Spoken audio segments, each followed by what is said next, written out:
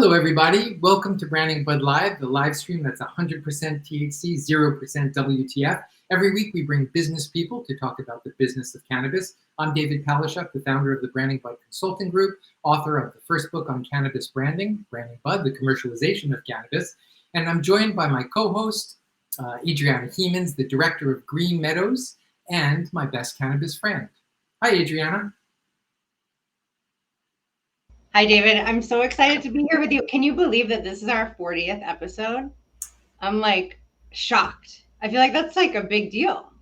It is 40 weeks, almost every week, and here we are. We're almost a year into it. I know. I can't believe it. Yeah, 52 weeks would be a year, and here we are, like on the tail end. It's awesome. It's true. It's exciting, and we've got a great show today. We've got a whole bunch to talk about. Some of the things that we'll be chatting about, as you know, the episode is titled Cannabis versus Marijuana, which is the name of my new book, coming out by the end of the year. And some of the things we're going to be chatting about today are cannabis versus marijuana, adult use versus recreational, strain versus cultivar, entourage effect versus an ensemble effect, black market versus traditional market versus legacy market, deschedule versus reschedule, and legalize versus decriminalize. Lots to talk about. Yeah, at the end of this show, we're all going to have really big vocabularies. Absolutely.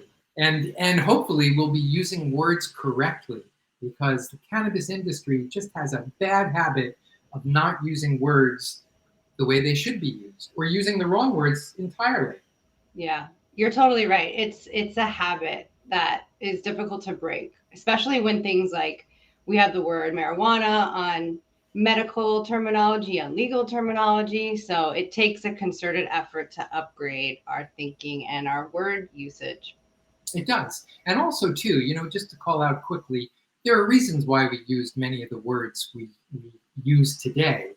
In the old days, in the days of prohibition, people were using words within their own communities to basically keep those words to themselves and to basically talk about things without sharing other people, oversharing with what they were talking about. So I understand why many of those words came about. However, it's time to change that. And also, too, just the word marijuana, which we'll get into in a little bit, that was set out to denigrate people. So it's time that we stop fostering some of the denigration and some of the ill intent behind the words and start using some new words. Yeah, super interesting topic. Something that I wasn't aware of until I got into the industry, about the history of that word. And it's really interesting because it says a lot about how cannabis was demonized. It also says a lot about our culture in general. So excited to dive into this, and even more so excited to see your book when it comes out and read all the details. Yeah, absolutely. I'm excited too. I'm pretty deep into it, and as I said, it will be ready before the end of the year. There'll be some great insight from industry folks that are sharing quotes as well, and I'm excited about it. The one thing I just want to call out up front is we've got a lot to cover today, so we're going to cover it at a very high level, because the truth is, each one of those bullet points I called out is probably a show in itself. So I just want to call that out up front. Yes, and I want to also call out hi to our beautiful audience, and hi, Lillian, we love you too. Thanks for joining. Hi, Jordan says 40 episodes is at least 5 years in cannabis world, which I totally agree. Thank you, Amy, for wishing us a happy 40th. And thank you, Robin, for saying congratulations. And hi, Caleb, who I think is in the cultivation room today. Good to see all of you again. And a couple new faces too. Welcome. And Aaron as well. Aaron from Humboldt. Hi, Aaron. Wow, we've got so many of my favorite people here today. Yay. It's pretty exciting. Yeah, so let's jump into it. What is the purpose of the book, David? Well, the purpose of the book, I've been in the industry for 12 years, and over and over and over again, I hear people using the wrong terminology. Or rather, if it's not the wrong terminology, we could be using stronger, better terminology.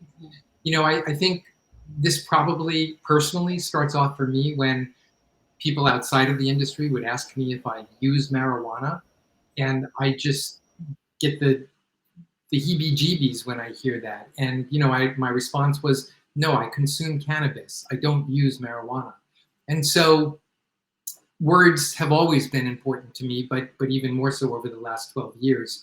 And I think as we elevate the industry and become a professional industry, we really need to use the right words. So over the course of, as I said, the last 12 years, there have just been words that I've noted down and jotted down, and they even continue today, where it just doesn't make sense. And so I thought, why not write a book on the words we use and really trying to get everybody on the same page. I think one of the most outright, misnomers is really, and we'll get into it later, is strain versus cultivar.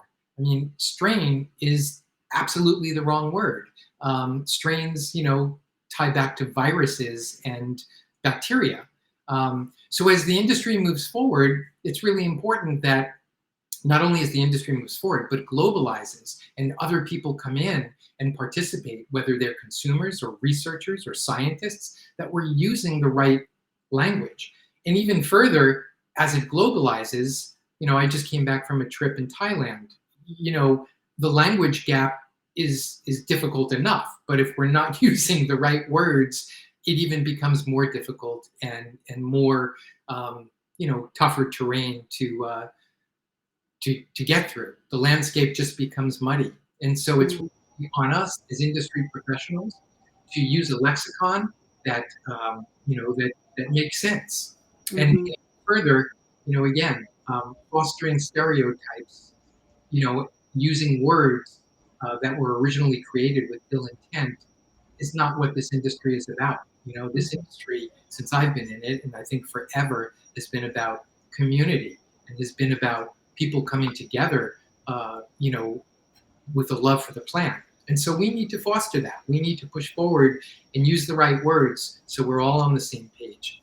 And one last thing too, on this topic, as we move forward and as we talk to people that are anti-cannabis, we all, again, need to use the same language, and we need to use the correct scientific language if we're going to convince them that that the plant has benefits. To use the term marijuana, to use some of the other terms that are being used, again, it only brings us back to prohibition. It only brings us back to strengthen their thoughts, their anti-cannabis thoughts. So with that, that's the reason behind the book and why I've taken the time to write. I love that point that you just made about, as we're expanding and cannabis is becoming a global industry, the words that we're using here will be translated into other languages. So if they have a negative connotation, that's only going to undermine our cause.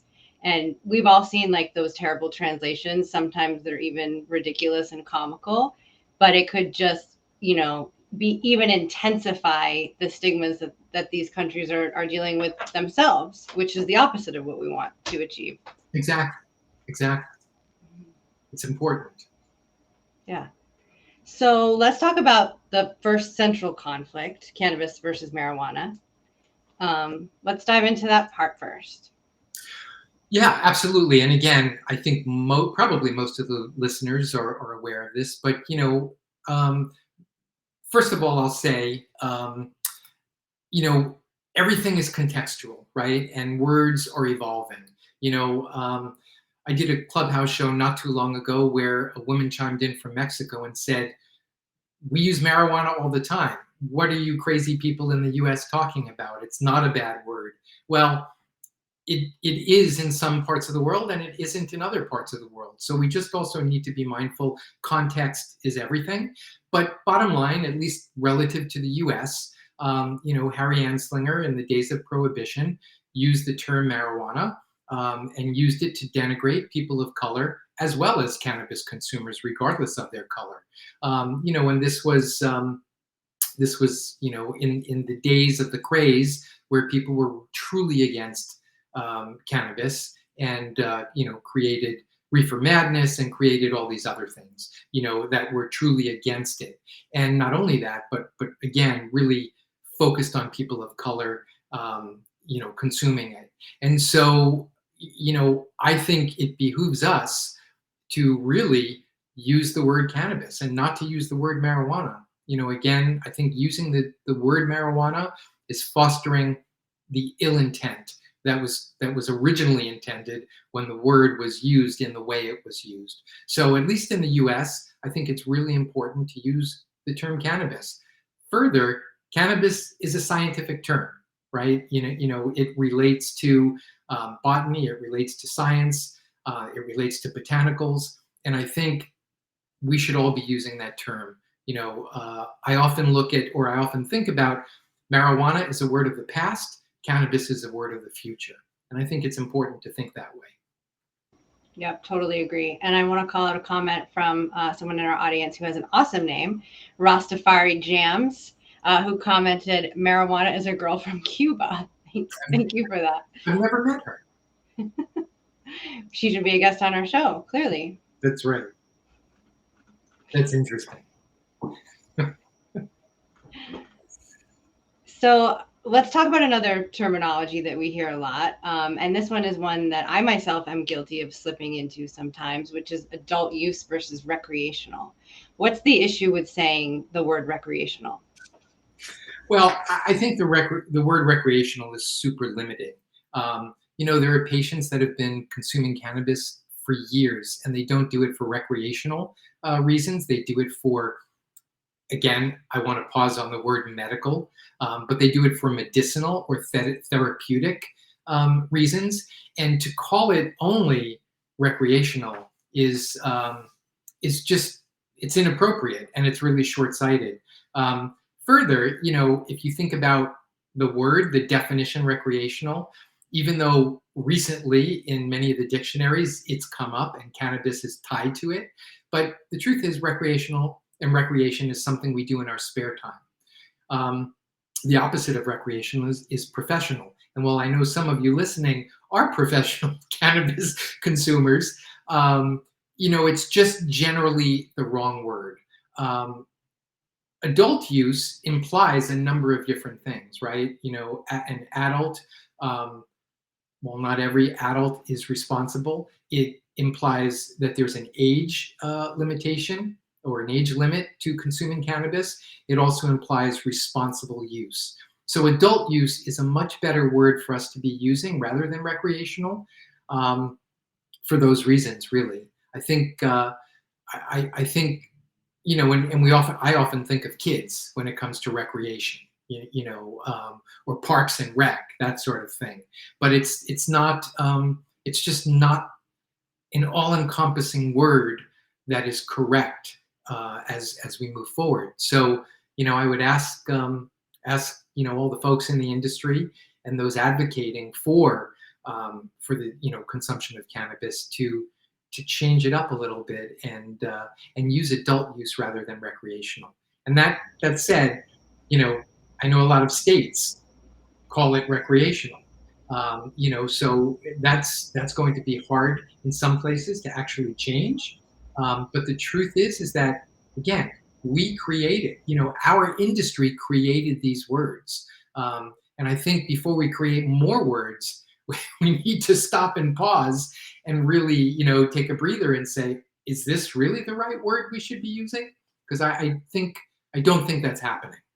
Yeah. I mean, in general, that really like binary definition of large groups of people is problematic, I think, in any industry or with any descriptors. So just being more aware of that there's a spectrum versus just everything is black and white. You're either medical on the medical side, or it's only for fun and that's it. When, as we know, there's a lot of in between with our wellness consumers. Right, absolutely. And that really comes back to, Adriana, you and I always talk about this when we help our clients. We always say, who are you appealing to? Who are you speaking to? Who's your target? Who's your customer? And often they don't know who their customer is. So we say, who's your target customer? But the truth is, cannabis consumers come in all shapes, all colors, all sizes, with very different perspectives. And so when we choose a word that's all encompassing, adult use is way better than recreational. It might not be, honestly, it might not be the best term either, but it's way better, in my opinion, than recreational. Yeah, I agree. Less limiting. I think that our audience is warmed up. So, what do you think about doing a quick audience participation? Let's do it. We always do 2 in our show every week. So why is this week any different? Exactly. Let's get into it. So, this is some background as we talk about Controlled Substance Act and the DEA and sort of like how a lot of what we're saying and the words that we're using are influenced by the legal world, by the government, by legislators. So the question is, how many schedules are there under the DEA's Controlled Substance Act, referred to as CSA for short? Is it A1, B3, C5, or D, none of the above? And the schedules refer to categorizations of types of drugs. That's right. And we'll get into that in a moment. And this is where I say every week, audience, it's your chance to shine. So what do you think? Is it A1, B3, C5, or none of the above? Feel free to chime in the chat. Yeah, this is a good one. It is, and it's interesting. And we'll start to see some of the craziness around this in a moment. Yep. Yeah, they like to make things complicated, don't they? They do. They do. Well, it seems like it's pretty unanimous right now. Oops. Oh yeah. Almost unanimous. Yeah, it seems like there's a pretty even split. Well, no, I would say it's heavily weighted toward option C, which is 5. But I see at least one D in there from Reina, and everyone else seems pretty aligned that it's C5. That's true. But I do like that Reina came out against everybody and said her own piece. Got to have a dissenting opinion in every can of fact, or it's not quite the same. You're right. Well, should we jump into it? Yeah, let's do it. All right. And the answer is? You all were correct. Nice job. Our audience is so smart. Absolutely. And let's just touch upon these because I think this is really important, right? So we'll just go through these super, super fast. But a Schedule 1 drug, or drugs or substances, or drugs, substances, or chemicals that are defined as drugs with no current accepted medical use with a high potential for abuse. So some of the examples include heroin, LSD, ecstasy, and peyote, and of course, as they term it, marijuana, which I think is just so intriguing that as a Schedule 1 drug, cannabis can be equated to heroin, LSD, ecstasy, or peyote. It's just kind of crazy. But it even gets more crazier. As we go into Schedule 2, defined as drugs with a high potential for abuse, with use potentially leading to severe psychological or physical dependence. Some of the examples here are cocaine, methamphetamine, oxycodone, fentanyl, Adderall, and Ritalin. So to have cannabis in a scheduled as a Schedule 1 drug, and to have fentanyl and opioids below that in a Schedule 2 is just insanity, considering everything that has been going on for the last number of years with the opioid crisis. And now one of the leading causes of death is fentanyl. So, it's just absolutely crazy that the government has this schedule the way they do have it, and that they haven't done anything to change it. I know there has been certain talk at the UN level, where they were discussing changing it, but it hasn't come through, in the way that it should. Yeah, it is completely mind-boggling. And in your opinion, David, do you think that this is the influence of big pharma? I do, and one of the things that you could see in our slide, if you can make it out, is it's just really interesting how in the first Schedule 1, there's no trademarks or registration marks, if you will, after heroin, LSD, cannabis, ecstasy, or peyote. But as you dig down further, there are, and there are, for example, Tylenol, Xanax, Valium, Ativan, Talwin, Ambien, Tramadol, Lyrica, Lomotil, Robitussin AC, right? These are all trademarked and protected, registered, I should say, and protected, for their names. So it's big pharma that's behind this, and it's big pharma that is really controlling, all the drugs that fit into these categories. Perhaps one day, and there are two cannabis derivatives that are in the market now, that do have registered names. But it's just interesting to start to see how big pharma is involved. And in I don't want to use the word cahoots, but I'll say in cahoots with the government in terms of lobbying for the regulation and for the scheduling. And it's been like that for years. So I think it's really important and really significant for us to either deschedule or reschedule. And I know there's a number of people that have their own opinions, which is more important, descheduling or rescheduling. And just to clarify that, rescheduling means dropping it down to a different schedule. Descheduling means taking it off the CSA schedule list altogether. And there's different reasons why people feel differently about that. Primarily, I'll call it out. Primarily, if it's descheduled, there's more opportunity for the people in the industry right now. If it's rescheduled, then it drops down. Big pharma comes in, they start doing research, they start doing development. And by the way, we do need more research, but they start developing proprietary cannabis-based medicines that they'll control, and that's when pharma, comes in and takes over the mom and pops that are still in the industry. I know a lot of people have differing opinions on this. I'm just trying to call out the facts rather than plant my opinion. Mm-hmm. This is really interesting. I've never actually looked at this list in its entirety before, and you're right, it is really telling when you start to see those trademarks on there. And just to recap, descheduled is good, rescheduled is less optimal. That's what most people in the industry think. It's funny. There's a former FDA employee that's now consulting for one of the bigger MSOs, and their thought is very different. Their thought is it won't hurt the industry at all.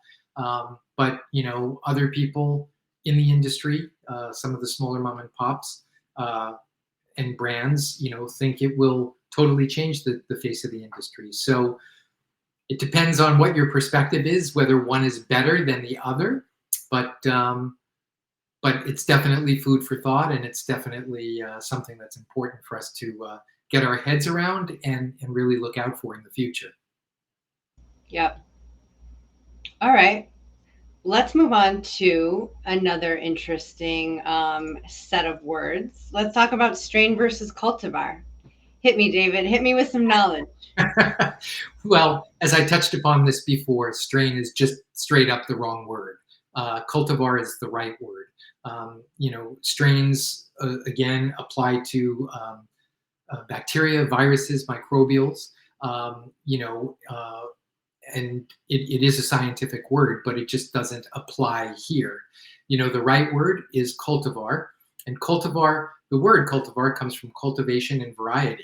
And really, when you think about it, and also implies a human touch, right? That we have worked the plant in many different ways. And if you will, sort of a tangent conversation to this is the indica sativa hybrid conversation, where they're really, unless they're 100% pure, cultivars, which barely or rarely exist right now, everything is a hybrid.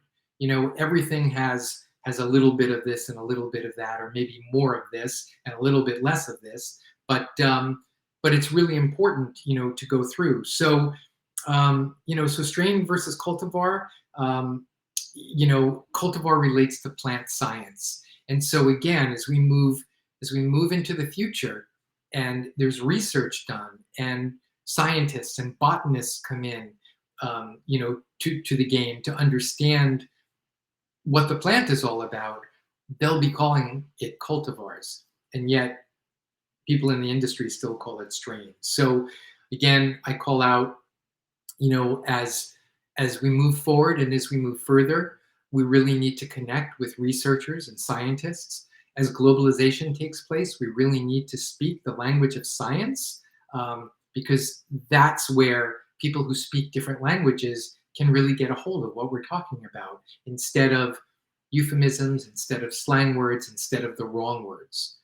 So it's really important, again, for us to you know to apply the right words. Mm-hmm. So question for you, and this is just, I'm curious about your opinion. When there's like definitely areas where science would come in and they would use certain words, but we would still have the layman's version of words. How important is it that these words become completely widespread to the consumer base? Well, I think that's important too, right? We've got the industry people, we have the consumers that they're serving, we have scientists and researchers. So it's important. It's important, for all of us, again, to get on the same page. I think Ruth called it out best. Cultivars equal distinct, unique, and stable.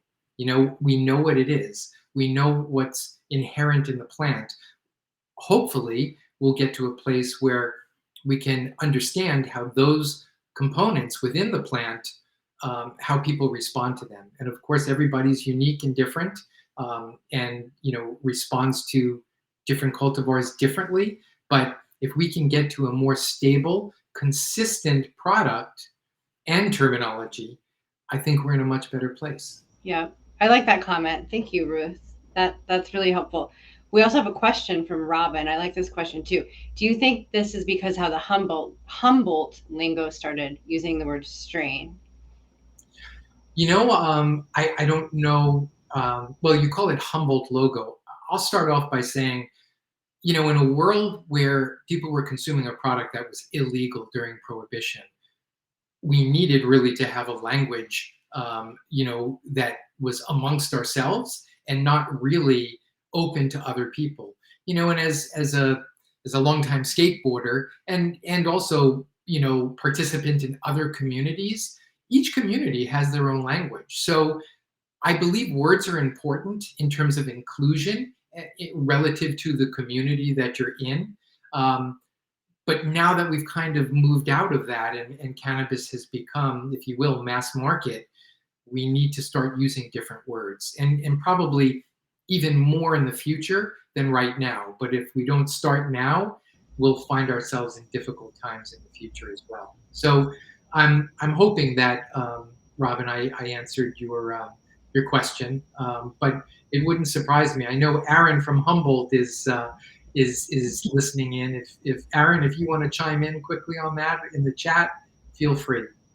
Right. It's kind of like that insiders versus the mass market, the way we consume things. Like, is it an inside joke? Is it lingo that only the select few know? Or is it something that's mass consumption that everybody understands? And as we're kind of opening those doors and welcoming new people in, being consistent about what we're saying and having it line up with like the scientific facts that are out there definitely makes sense. Right. And like anything, I always think of, whether it's skateboarding or whether it's cannabis, or almost anything else, there's a core, and there's a core group that speaks their own language. And if you think about it in concentric circles,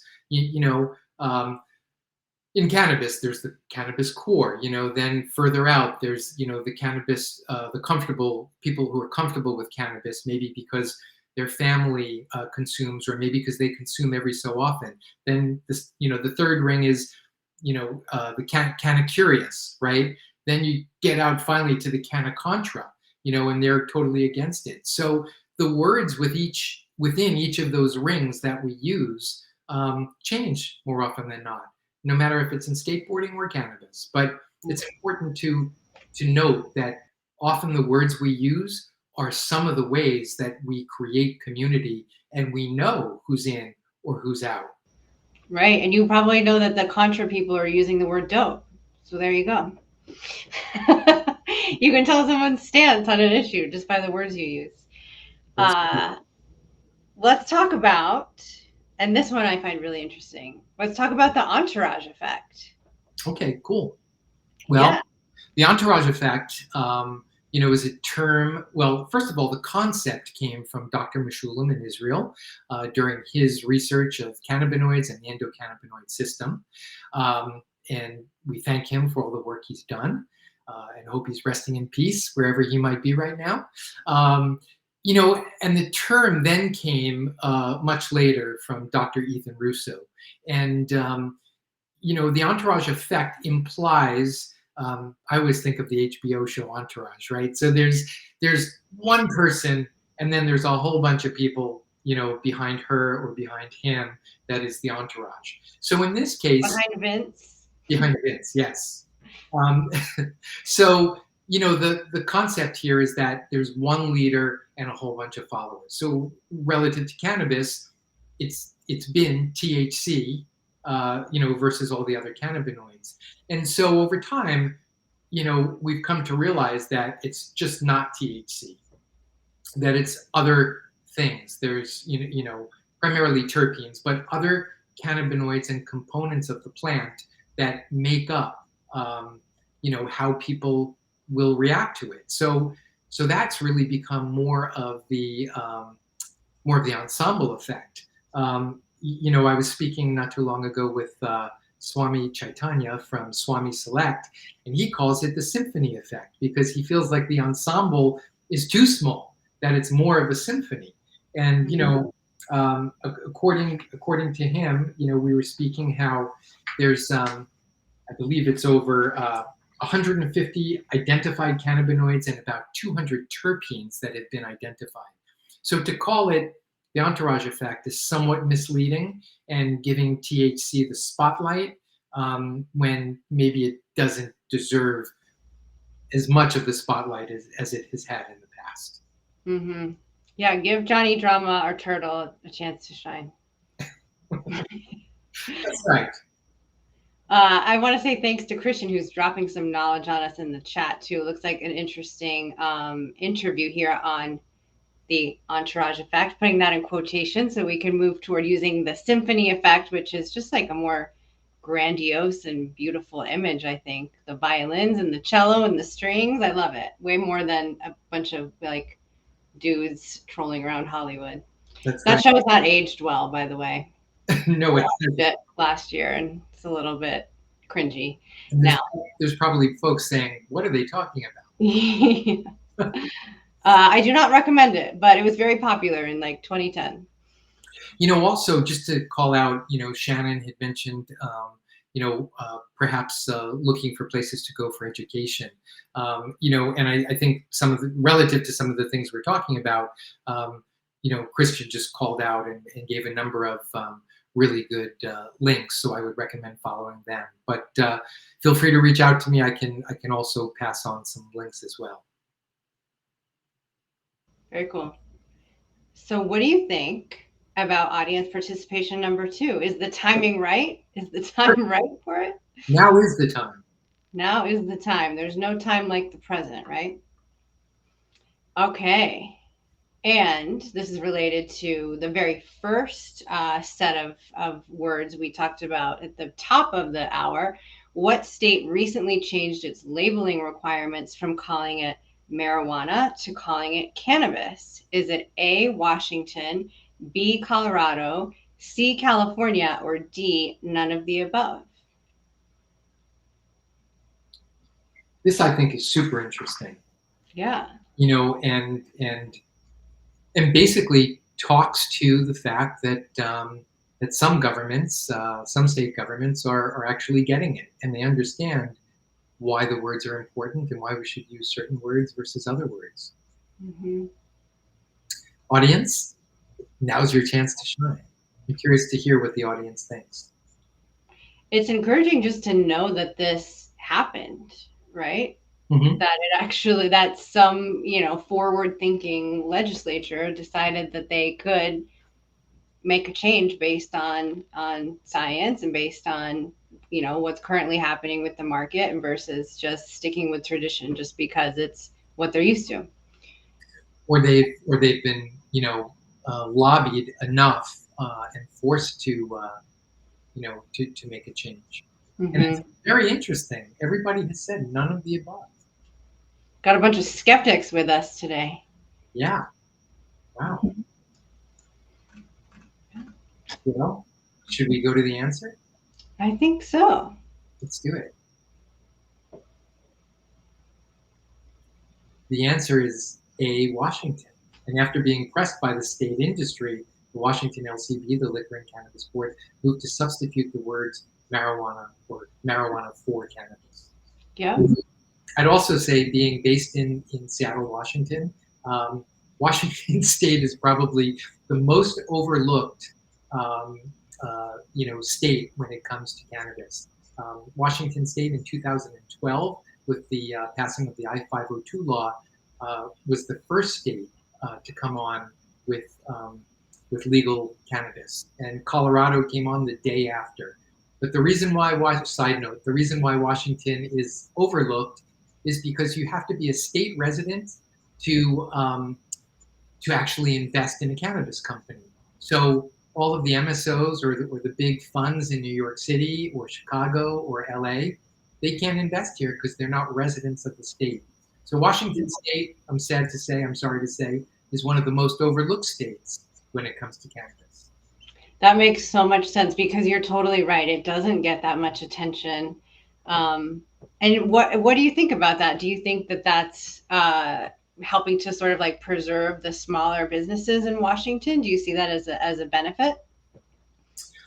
I do. I mean, on that front, definitely. It's interesting. There's a couple of companies that started out as just small brands, and then they've turned into MSOs themselves. And even though they're based here in Seattle, they now are performing and selling or producing and growing in other states as well. So it's interesting to see that. But yeah, I think cannabis in Washington State is still pretty much mom and pop, and that's because the MSOs really can't play unless they set up shop here and the owners are residents of Washington State. Mm-hmm. So it's both, in that sense, it's both a plus and it's an advantage as well as a disadvantage. Mm-hmm. Interesting. Yeah. So, David, let's circle back for a second and talk about, you told us a little bit about why you decided to create the book and how there was this need for really like an alignment, not only within the industry, but also for future generations that are coming in, or for making things more inclusive for a mass market. Tell me more about sort of like the takeaways that you have concluded from writing this and putting this together. Well, I think, again, I think that the biggest takeaway for me is we're really all over the place. And as an industry, we shouldn't be. Every industry has its own lexicon. Every industry has its own lingo. Every community has its own lexicon and lingo. And I think it's really important. But mostly, I think consistency comes up first. If we're speaking a language within the industry, and perhaps even more important to those that aren't in the industry, we need to be all on the same page, right? So that to me is really huge. So consistency is number one. A unified lexicon, again, is really important. Scientific research, using the right words as opposed to the wrong words, and how those right words or wrong words translate in the global cannabis industry is huge as well. So to me, I think it's a no-brainer. We should be choosing the right words. And again, I understand why many of the words were used in the past, but we're in a different place now. In some ways, you could look at it as, wow, cannabis is legal in many states now. We've crossed the finish line. And the way I look at it is, no, we've just got to the starting line, right? Now we really need to professionalize the industry. And when I say professionalize, I'm not talking about corporatize. I'm talking about all of us getting on the same page. I'm talking about all of us using the same language. I'm talking about creating this lexicon that can move forward so consumers, researchers, producers, processors, scientists, botanists, and people that speak totally different languages than us can understand and can use to move forward in a way that makes sense. And again, I come full circle back to, if we use the right words to speak to the people that are anti-cannabis, I think it's really important. I watched 60 Minutes a couple of weeks ago, and I always joke that I take 90 minutes to watch 60 Minutes. It Matthew McConaughey, I was going to say Woody Harrelson. Matthew McConaughey was on, and he was speaking about gun control. And one of the things he said is, we need to use terms that build bridges. So he said, when you use the term gun control, you immediately turn off anybody that owns a gun, for the most part. But if you talk about responsible gun ownership, you've already toned it down just a little bit, and those that own guns that are all about responsible gun ownership will own up to that and will say, yeah, let's talk about responsible gun ownership as opposed to gun control. And so that's just an example of how I think we can change our words slightly, ever so slightly, to at least get the other side to listen to us, to at least appeal to the other side, in a way that they recognize what we're trying to do, what we're fighting for. They recognize that we're smart individuals and not stoners, or the other terms that they've come to use against us.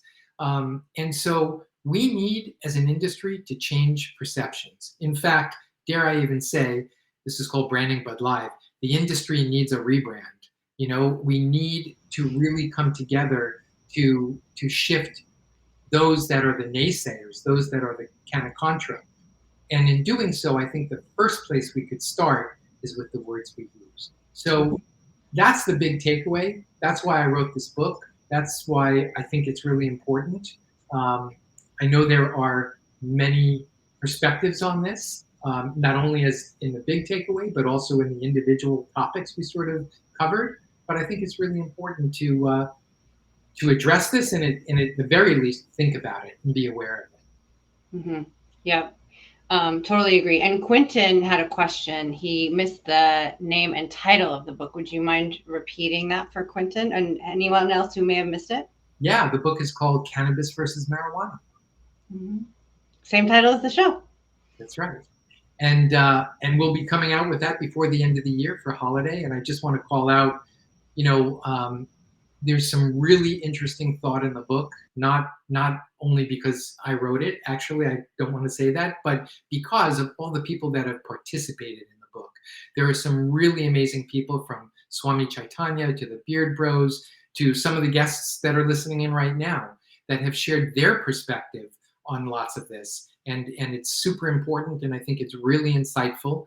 And further, I'd just like to call out and thank Dale Sky Jones. She's the chancellor and founder of Oaksterdam University. She's writing, and a longtime activist, she's writing the foreword to the book. So she has her perspective as well.